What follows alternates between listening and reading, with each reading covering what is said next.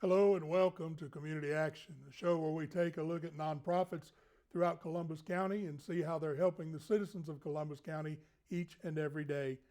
Today, my guests are Rhonda Bullard-Dutton, who is the president and CEO, and Meleah Evers, who is the secretary-treasurer of the Columbus County Youth and Family Association. Rhonda, welcome. Glad to have you with us today. Thank you, Dave. I appreciate you letting us come on and tell about our organization. Well, tell me about it. Tell me, what is Columbus County Youth and Family Association? Well, first I'm going to start with where we began. I was a graduate of the 1997 Leadership Columbus, which at that time was sponsored by the Chamber and Southeastern Community College. And each group that's been through Leadership Columbus has to come up with a project that will most benefit Columbus County. Well, my idea was to have a community center that would benefit everybody in our county, because at that time we did not have anything like that. And so it evolved from a community center to a wellness center, because we were deemed the least healthiest county in North Carolina. So a group of us went to Chapel Hill to management training, and through that we proceeded to try to work towards a wellness center in our county. The idea behind this also is for us to raise the money in Columbus County and turn it around and give it back into Columbus County to benefit others that are also doing good things for our community. What kind of organizations do you support as an organization? I know that the money that comes in turns around, goes right back out. As a nonprofit, you're not making a profit, and none of your officers are paid. No. It's all volunteer work. So what do you support as an organization in Columbus County? Well, we benefit everybody from birth to senior citizens. In past years, we've done the senior prom. At one time we had a facility that we rented out, and it was called the library. And what we did there is had after school tutoring. We let the seniors come in and we paid for somebody to do line dancing with them. And we had foosball and just the kind of big brother type system going on. We had that a couple of years until the windows kept getting broken out of it. So we had to try to think of other ways, maybe work more towards getting a wellness center or a community center at that time. We also helped the YWCA of Columbus County and the YMCA of Columbus County. We helped Smart Start, Columbus County Smart Start. We've helped with the DARE program, the different schools that had projects going on, like when there was the hurricanes came through and they were needing to help different areas that were hit most to help with towards clothing and those kinds of things. Community CPR, the teen court, we do a lot with them. The Boys and Girls Home, White for Women's Civic League. We've helped with pretty much everybody. Rotary, anybody that had any kind of scholarships that they were trying to do for the Arts Council. Of course, Columbus County Baptist Association, we help each year with the toy drive. The Baptist Men's, and I'm sure I'm leaving out some other very important organizations, but we have done all the festivals throughout Columbus County, given towards those, because even though we don't have a physical building where we can do our own programs, we can help everybody else that's providing the programs for our people. We've helped with Parks and Rec, Whiteville and Columbus County, the outdoor facility that they have now. So pretty much anything that's going on in Columbus County that benefits the residents of Columbus County in some way, Yes. you try to help endorse them and support them financially through the funds that you raise through your organization. Exactly. That's wonderful. That's a our great way to give back, Yeah. literally. And that was our idea, was the money that we have. Even though we don't have a physical building, which we really, really dream of having a physical building one day, that we can do camps and things like we've helped with Camp Invention. From the very beginning of the starts of that, we've given to that. Whiteville City Schools and Columbus County Schools, with the food programs that they have, they can give to the children, but they can't do for the adults. The adults Right. have to pay. The Dream Center, same thing.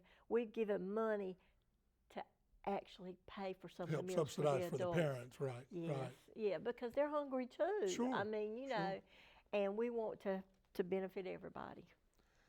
We've got an event coming up here soon, yes. The Taste of Columbus. And before we talk about the event itself with Meleah in just a few minutes, tell me about the history of the Taste of Columbus and how it started and what kind of an event it is and how folks participated in the past.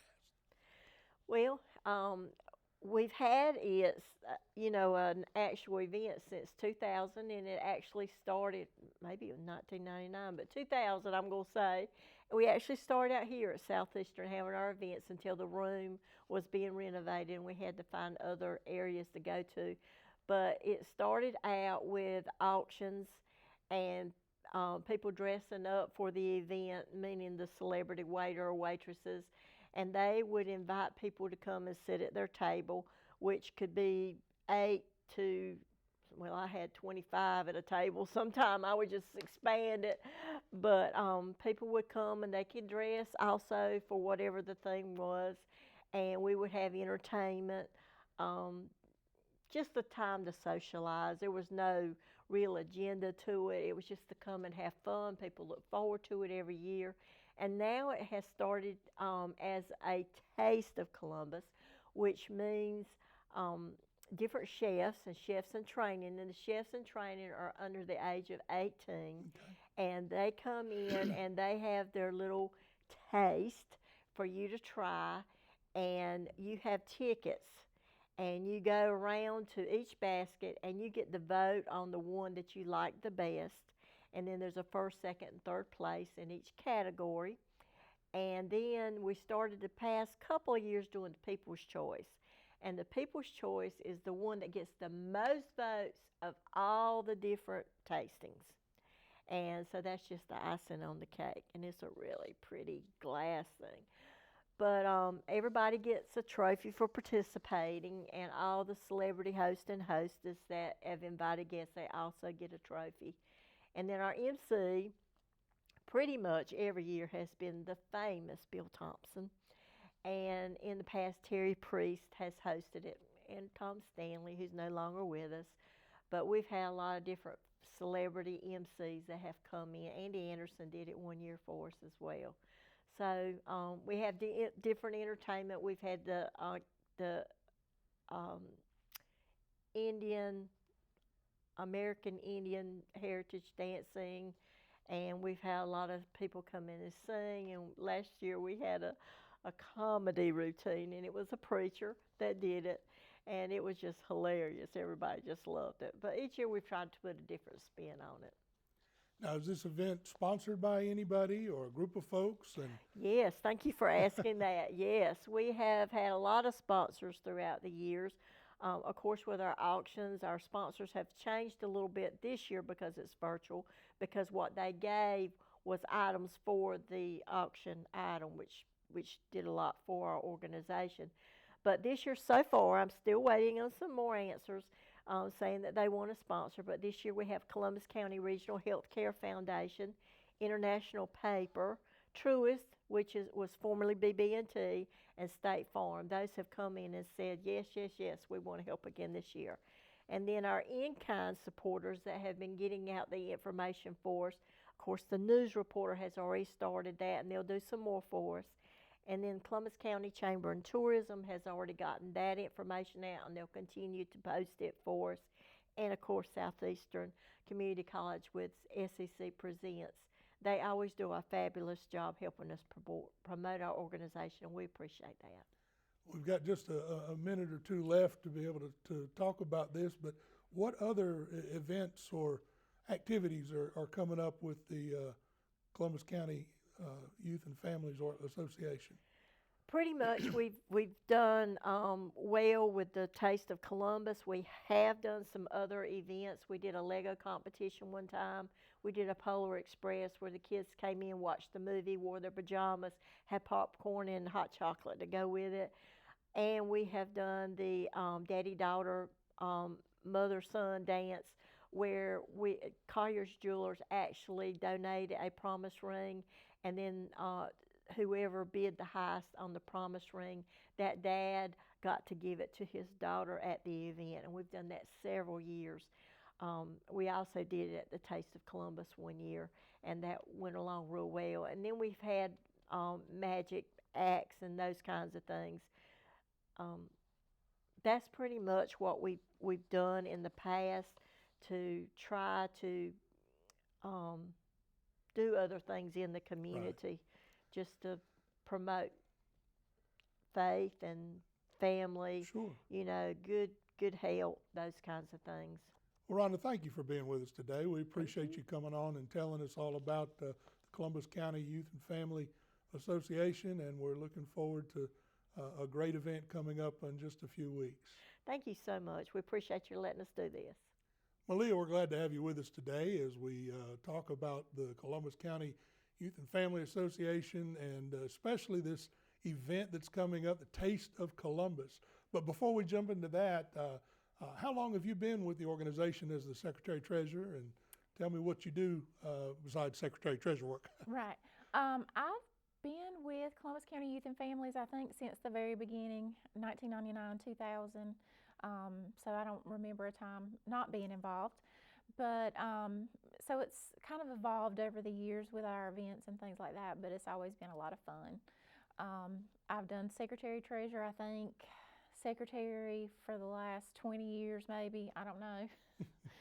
It seems like the last 20 years, and then Treasurer for the last probably 2 or 3 years, since Miss Frances Burge wasn't able to do that anymore. That's great. I'm sure it's a very rewarding experience being able to help so many other organizations throughout Columbus County, and especially keep that focus on the family and children and help them to grow and develop. Absolutely.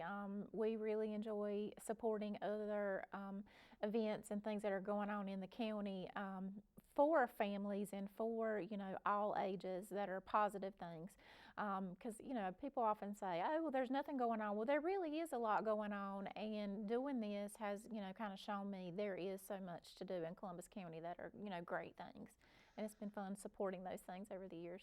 Rhonda told us a bit about the history of the Taste of Columbus and how it had come about and how it was, even last year, how it was, but things are different this year. Oh, absolutely. And I understand you're going to have to do it virtually. So tell me, what is that going to look like, and how is that going to affect participation, and what kind of major changes are going to have to happen in order for this event to come off? Well, we're going to be doing it virtually this year through Facebook with our Columbus County Youth and Families Association Facebook page. I don't mean to interrupt you, but when is the event? It's going to be the last Saturday in February is when we'll be announcing the winners, but like the week before, you'll be able to vote online by liking the video of your choice. You can like more than one. But we do want to have it where we can at least, select a first, second, and third place, as well as our People's Choice Awards. Okay. So this year, instead of kind of featuring maybe the food so much, the food so much, but more so the chef, what they're going to be presenting. They're going to have to do a video this year so they can post that on our page. And we want it to be less than 5 minutes, so it'll be easy for people to watch. Where they go through their recipe, they can actually prepare the dish on their video, or they can have it already prepared and just talk about their dish, however they want to do it. If they would like to share the recipe, we encourage them to do so in the comments and things, to share the recipe in case somebody wants to try that. If it's, a restaurant or something like that where they can't share the secret family recipe, of course, they can't post that, but maybe people can get some ideas for some different dishes that maybe they've never done before. And how would somebody sign up to be a chef? Well, they would have to contact myself or Rhonda to actually submit the video. They can contact me and we can talk about whether it needs to be emailed or we need to share it with Google, you know, all those different ways to do that. However it would best fit for their format. We can do it several different ways, but.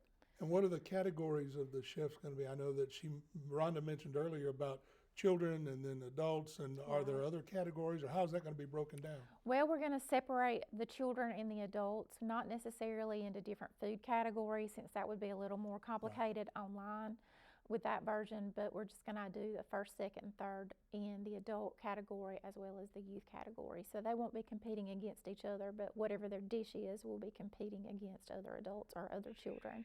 Is there any minimum age for the children? I don't think we necessarily have a minimum age. So if you have a prodigy 2-year-old who likes to cook, you know, we encourage that because that would be precious. I don't know if you've seen several videos of the little kids doing the different recipes. It's darling. So like I said, if you have a young child that is interested in doing something like that, we'll encourage that. That category will go up to 18. And then our adults, of course, will be 18 and above. Now, folks are going to be able to watch the videos and vote, but how do they get the tickets, virtual tickets, to vote, and what's the cost for that? Because in order to make money for this, you've got to have a charge somehow, so how's that going to work? Right. So this year, how we're going to do it, when you come to the event normally, you pay $25 per person to come and sit at the table and be able to taste everything. Well, since we can't really do that this year and we still want to be able to raise money for our organization, we're going to have to set up an event. So for the February 21st through the 26th, they'll be able to access and vote by purchasing a ticket online through Facebook. If they don't have a way to pay through that, they can contact us and we can, you know, give them access if they give us the cash or a check in order to pay. But if you can go online, you can pay with a credit card or debit card and purchase your ticket. And then the event will be open for that week. They'll be able to vote, like I said, the 21st through the 26th, and we're going to cut off the voting at 5 o'clock. So, of course, we can have time to select our winners and everything to make that announcement on that Saturday when we normally have our event at 5 o'clock. So we'll be announcing all of our winners during that time. What is the cost of the ticket going to be? $24.99, because they had it set up where everything ended in 99. So we picked the one closest to 25 that way. So. And then to vote, it's just a matter of simply clicking on the video to vote for the one that you like. Right. Very good. Very good. So. And after the event is over and the winners are announced, you'll get the trophies to the individuals, and we will. Imagine you'll share them through the media and not only on Facebook but the paper and things like that, so that folks will know who won. Absolutely. The news reporter's always been great about giving us some space to do that, and of course we'll be able to do that on Facebook as well. How many participants did you have last year? I don't remember exactly how many chefs we had, but I know they went all the way around the room. So it seems like we probably had about 15 that participated as chefs or chefs in training. And, you know, some people might have had more than one dish. Right. But this year, the chef will only have to really present one dish for their video. And we had probably about total 200 people that were at our event. That's probably the most that we've ever had. We had every host and hostess show up for their table and have it full, so it was really, really a great year, and I hate that we aren't able to do that again this year, but I hope that this will be successful. Will you have virtual hosts and hostess this year, or is it individual this year? It'll pretty much just be the chefs and the chefs in training that'll be featured this year, because we can't really decorate tables and invite people to our tables, but we certainly do hope that people have supported us as hosts and hostesses, invite their friends to our event. So we'll be sharing that over the next few weeks. So people can share that with their friends that they would normally invite to this event. So hopefully they can support us. If not even coming to the event, we have set up a donation button, I suppose, on our Facebook page where people can donate funds. How many chefs have you got signed up so far? Rhonda has talked to several. I want to say at least 5 so far, so I think that's pretty good a month out. Usually people come up The last the minute, last yeah. week or so and really show out for us. So I really hope that we have a whole bunch of chefs in training. And if they're intimidated about making the video, they can certainly contact myself and we can help them get that set up so we Right. can get their video shot.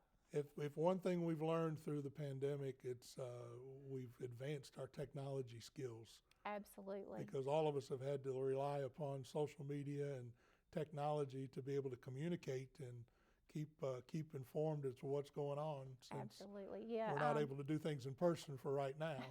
Yeah, yesterday a coworker and I, we did a Facebook Live where we did a video. So doing that has kind of been our format for getting information out to folks, because we usually, do a lot of education with cooperative extension. So we've been having to do the videos. So we have a lot of experience doing those. So if anybody's kind of nervous or unsure about doing that, because it's pretty easy to do it now with cell phones, but if they're still intimidated by it, we can help them out.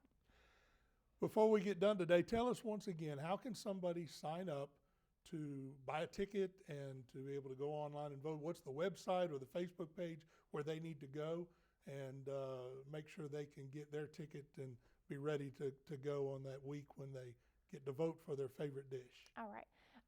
Columbus County Youth and Families Association Facebook page, and we'll have that event posted on our page, as well as the donation button, so they can participate either way.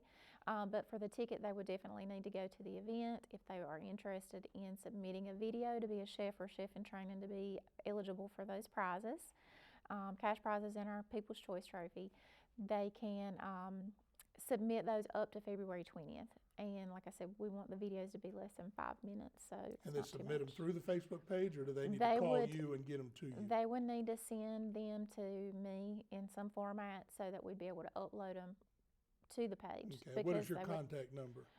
my phone number is 840-9295, and then my email is meleahcollier@gmail.com. So Okay. they Very would be able good, to very contact good. Well, Sally. thank you for being with us again, and we're excited about the event coming up. I've got a flyer here. It says it's going to be starting February the 21st. Again, you'll be able to purchase your ticket for $24.99, and you'll have that week to go and vote for the chef of your choice. And the winners will be announced on February the 26th at 5 o'clock on their Facebook page. So thank you again for being with us, and thank you for watching today. And we look forward to seeing you next time on Community Action as we take a look at another nonprofit here in Columbus County and how they're helping the citizens of Columbus County each and every day. Have a wonderful day.